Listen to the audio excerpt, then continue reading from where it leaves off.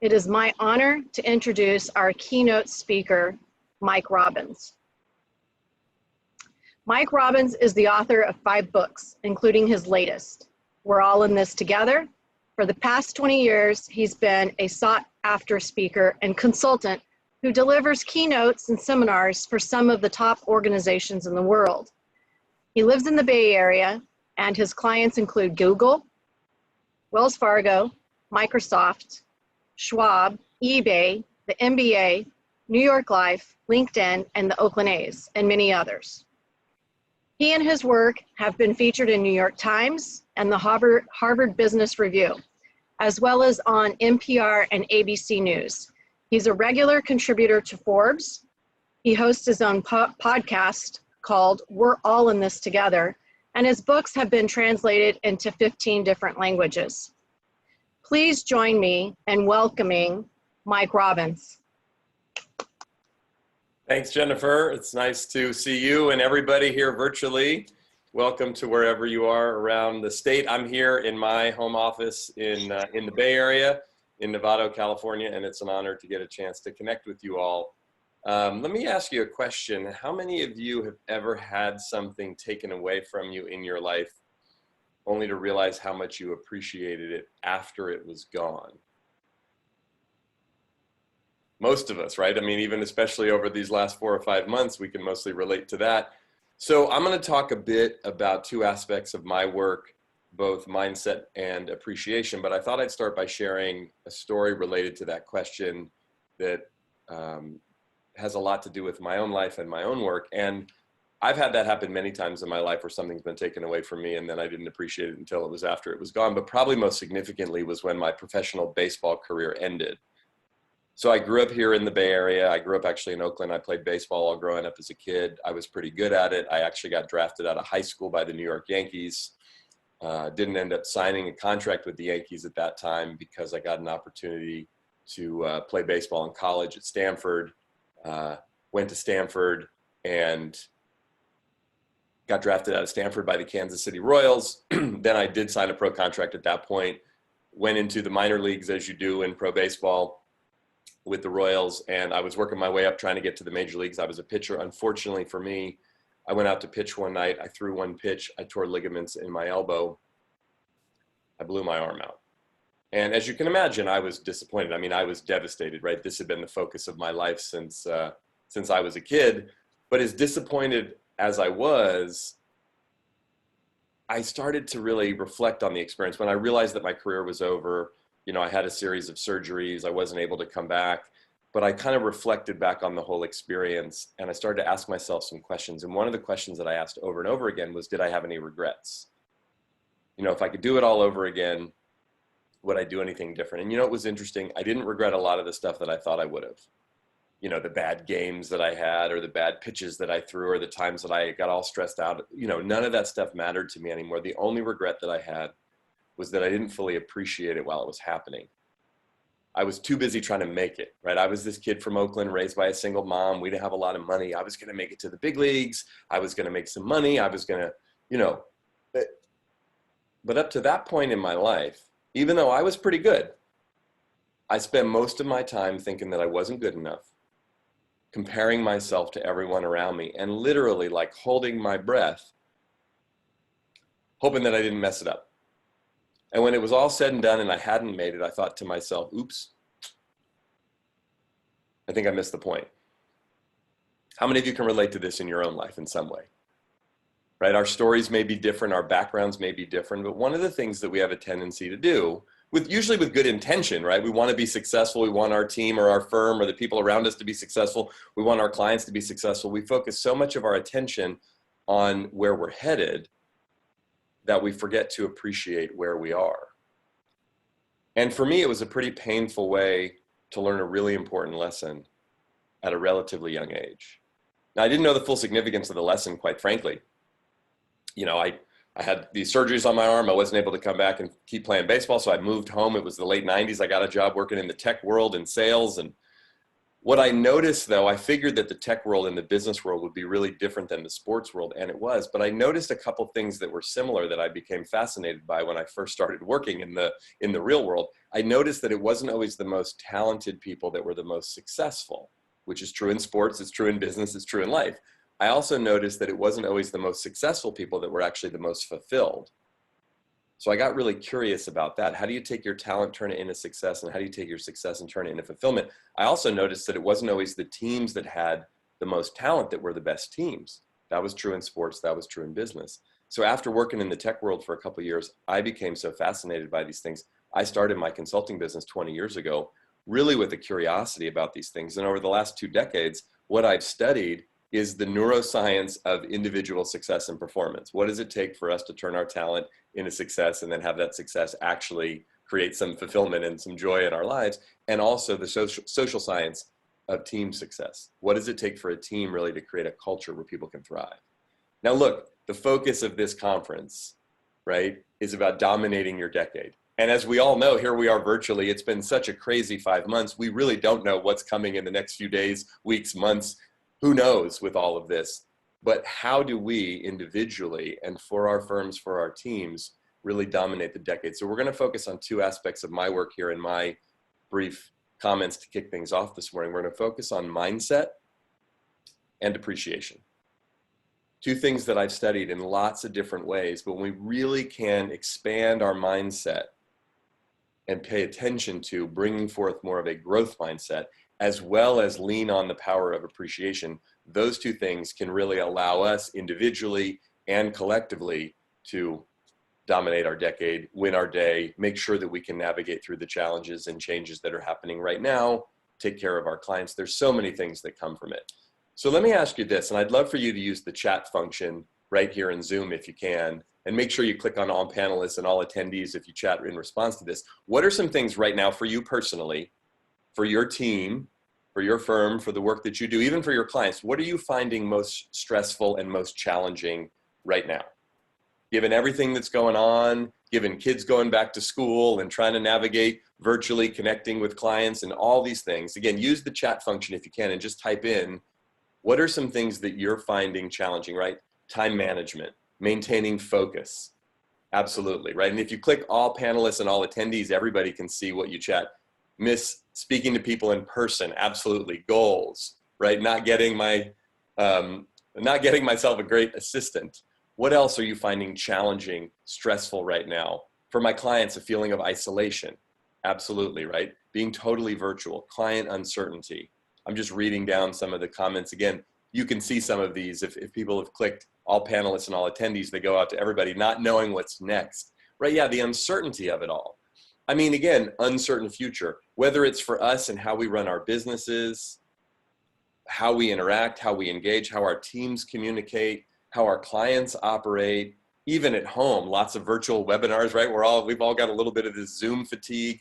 Just this morning, my wife and I, we have 2 daughters who are 14, and our younger one's just about to turn 12 on Saturday, and they're starting high school and middle school. Literally, as I speak, they just started, 10, 15 minutes ago, their very first classes of high school and middle school on Zoom in the other rooms. And, it's weird. It's hard. We were trying to figure all that out. And there's so many different aspects of this that are stressful and challenging.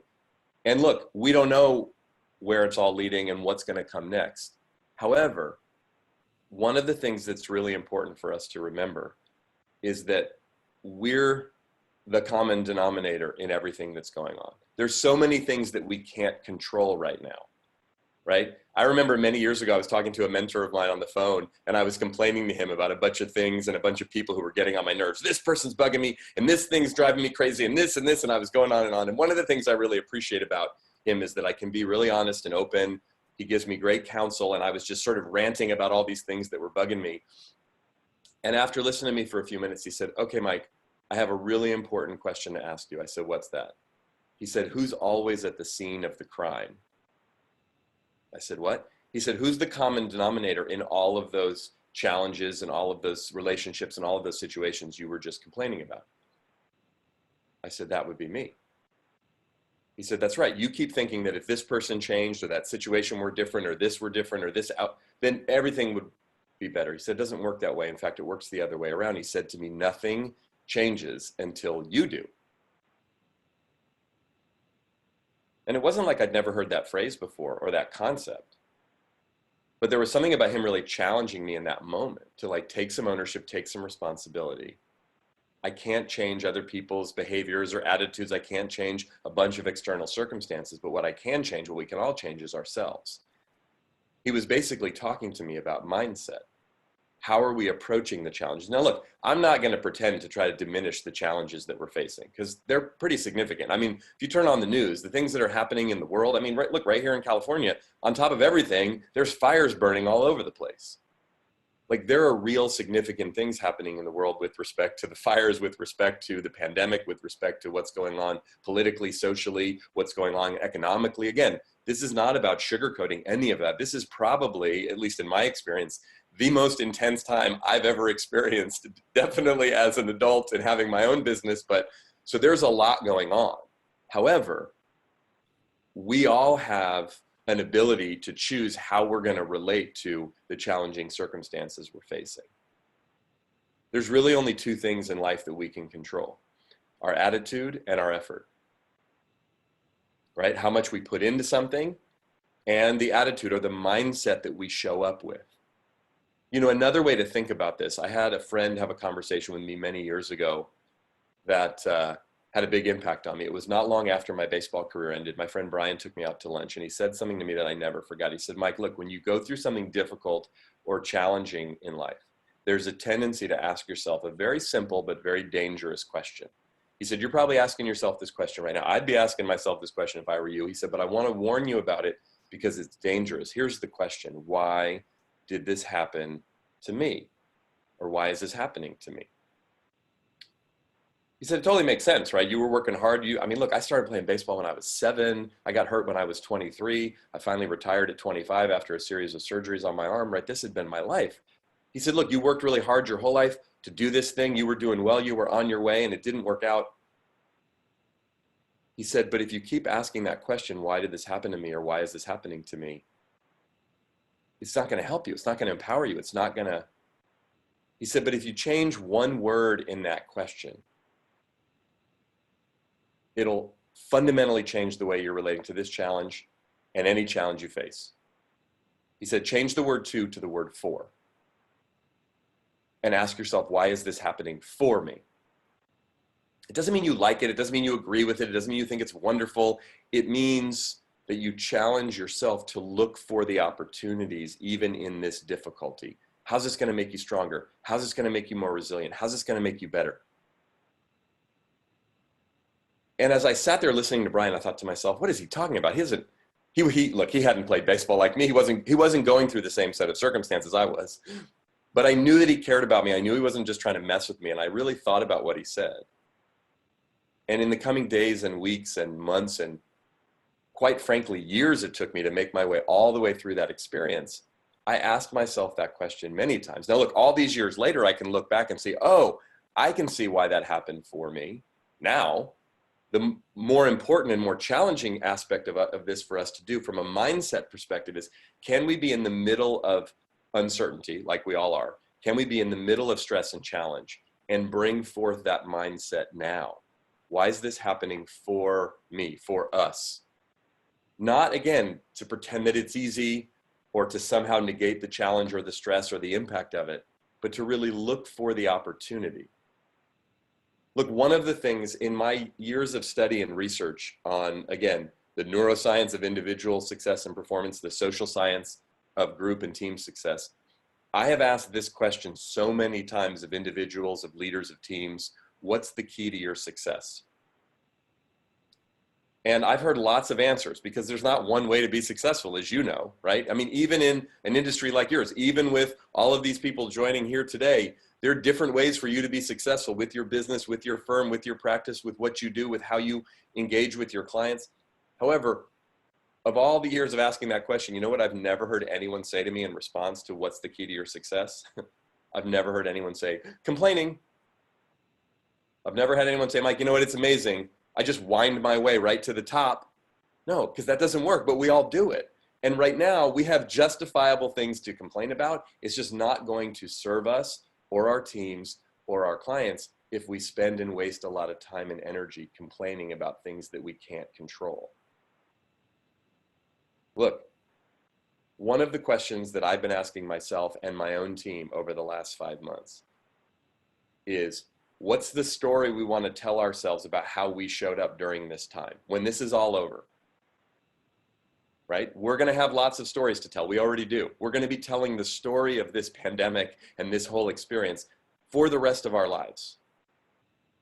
What's the story you want to tell yourself? What's the story you want to tell about your team? What's the story you want your clients to tell about you and how you showed up to support them and serve them? So much of that is about the mindset that you, your team, the people around you take at dealing with this challenging and uncertain time. That doesn't mean you can't get stressed out. That doesn't mean you can't get scared or frustrated. I mean, we're human, of course. But what it does mean is that we choose to show up and look for the opportunity, right? I was saying to my older daughter, Samantha, just this morning, who's 14 years old, who's starting her freshman year in high school, literally as we speak right now. She's on her first high school Zoom call. I said to her, honey, at graduation in 4 years, I bet you almost every speaker is going to get up and say, remember how crazy it was when we started? We started this journey of high school on Zoom, sitting in our bedrooms or our houses, right? Now, again, she rolled her eyes at me because she's 14, but we are going to get to the other side of it. The question is how. So a couple things that you can do to think about with respect to mindset for yourself, for your team, is, again, ask that question, why is it happening for me? Why is it happening for us? Looking for the opportunity, acknowledging, think of the growth, think of the things that you've learned and your team and the people around you have learned just over the last 5 months. Think of the ways you've been resilient. Another thing that we can do in terms of shifting our mindset is think about the things that we have overcome and accomplished in our lives when we didn't think we could. Sometimes when I'm really stuck in a spot and it seems like, I don't know how I'm going to get past this, I don't know how I'm going to figure this out, I will literally stop and write in my journal and make a list of what are some things that I didn't think I could figure out that I somehow figured out. Because in hindsight, we can always see a lot more clearly, sometimes than in the present moment. Having conversations with each other, not again, phony, Pollyanna, rah-rah, fake positive, but about opportunities, about possibilities. That makes a huge difference, right? As David mentioned, it's our ability to choose our response is our responsibility. Absolutely, right? We get to choose. Remember, our attitude, our effort is up to us. Everything else is some version of out of our control. So mindset makes a big difference. Taking on a growth mindset, looking at everything that comes our way as an opportunity to learn and to grow makes a big difference, right? You think about, E squared, as it relates to this conference, right? How do you dominate your decade? How do you think about engagement? How do you think about, right, exploration? These things are important. How do you empower yourself and your team?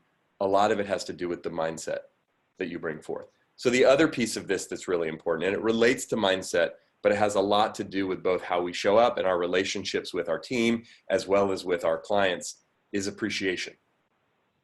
Appreciation. Now, look, this is something in your industry, what I do know a bit about from working with a lot of insurance and financial service companies, you focus a lot on recognition, internally especially, right? There's all kinds of, president's clubs and chairman's clubs and awards and, you want to produce results. That's great. You want to get acknowledged for producing results, right? And even with clients you have, the best clients that you have, what do? We make sure we do whatever we can to recognize them. Sometimes, we send them gifts and things. That's great. But there's a really important difference. Recognition is important, but it's not appreciation. They're distinct.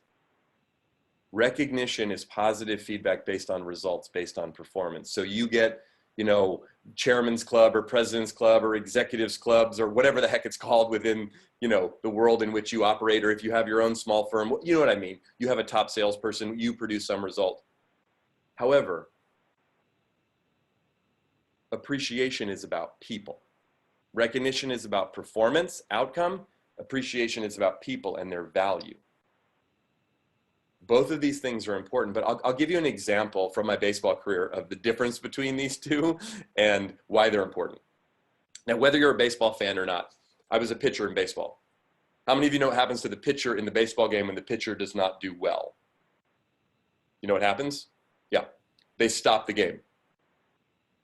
And in front of everybody, the manager literally walks out to the mound, takes the ball out of your hand, and makes you leave. It was my least favorite experience mostly of playing baseball is when that would happen. I would get taken out of the game. But the worst part of the whole experience was when I would get pulled out of the game. I would go sit down on the bench in the dugout with my teammates. And especially if I did really bad, like I gave up 7 runs in the second inning, nobody would talk to me. There was like an unwritten rule in baseball. Oh, leave him alone. He's upset. And yeah, I was upset usually. I mean, right? In that case, very upset. I failed miserably personally. I failed for the team. But what do you think I could have used when I was sitting on the bench after just giving up 7 runs in the second inning and getting pulled out of the game? Some appreciation, right? Not recognition, not, hey, way to go, great job, Robbins. No, I did a terrible job. Personally, I did a bad job for the team. We're going to lose most likely. So we got to hold ourselves and each other accountable for our results. But what I needed in those moments and almost never got was some appreciation.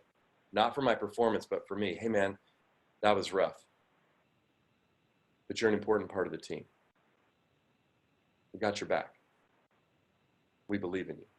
For ourselves, for our teams, for our clients, what's necessary right now, yeah, recognize people if they deserve recognition.